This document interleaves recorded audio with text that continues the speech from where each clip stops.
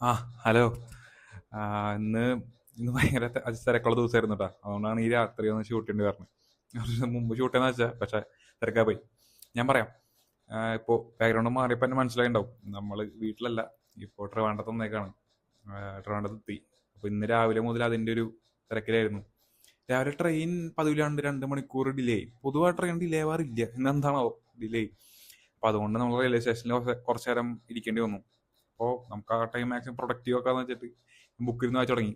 ഞാൻ പറഞ്ഞില്ലേ, നമ്മൾ ഇന്നലെ വായിച്ചുകൊണ്ടിരുന്ന ബുക്ക് അത് കണ്ടിന്യൂ ചെയ്തുകൊണ്ടിരിക്കുകയായിരുന്നു. അത് എനിക്ക് ഭയങ്കര ഇഷ്ടമായിട്ടത്. അതിൻ്റെ പ്ലോട്ട് ഞാൻ പറയാം. അല്ല, സ്പോയിൽ ചെയ്യില്ല, പേടിക്കണ്ട.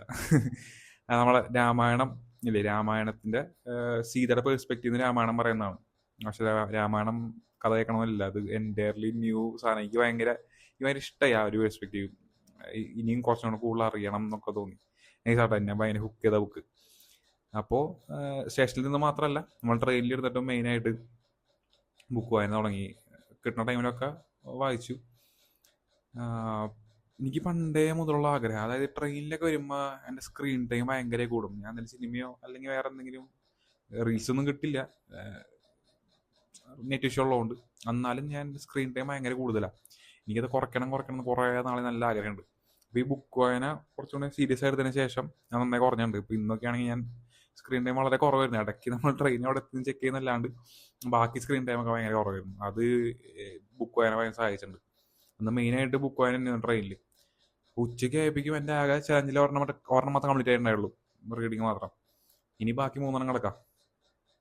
ഇന്ന് വൈകുന്നേരം നമ്മൾ എഴുന്നേറ്റ് നേരെ വർക്കൗട്ടിന് പോയി. അപ്പോൾ അങ്ങനെ വർക്കൗട്ടിൻ്റെ പരിപാടി കഴിഞ്ഞു. ഇനി അതിന് ശേഷം വന്നിട്ട് ഞാൻ ഇപ്പോൾ ജേർണലിങ് ചെയ്തു. ജേർണലിങ് ചെയ്തപ്പോൾ അത്യാവശ്യം കുഴപ്പമുണ്ടായിരുന്നില്ല. അത്യാവശ്യം ഒരു ഫ്ലോയിൽ അങ്ങോട്ട് പോയി, വലിയ കുഴപ്പമില്ല. ഇനിയിപ്പോൾ മെഡിറ്റേഷനാണ് ബാക്കിയുള്ളത്. മെഡിറ്റേഷൻ ചെയ്തിട്ട് അവിടെ ഇന്നത്തെ ഡേ കഴിയുകയാണ്. ഇന്ന് അത്യാവശ്യം ഹെക്റ്റിക്കായ ഡേ ആയിരുന്നു, എന്നാലും ചാലഞ്ച് അത്യാവശ്യം കംപ്ലീറ്റ് ചെയ്തിട്ടുണ്ട്. അതിൽ എനിക്ക് തോന്നുന്നു അത്യാവശ്യം ഞാൻ നല്ല എഫേർട്ട് ഇട്ടിട്ടുണ്ട് കംപ്ലീറ്റ് ചെയ്യാനായിട്ട്. അപ്പോൾ ഓക്കെ. പിന്നെ ഈ ഇവിടെ ഒന്നും സെറ്റ് ആയിട്ടില്ല, ഇവിടുത്തെ ഷൂട്ടിങ്ങും പരിപാടിയൊന്നും സെറ്റ് ആയിട്ടില്ല. അപ്പോൾ ഇനി നാളേക്ക് ആകുമ്പോൾ നമുക്കൊന്നും കൂടെ റെഡി ആയിട്ട് സെറ്റ് ചെയ്യാം. Okay, good night.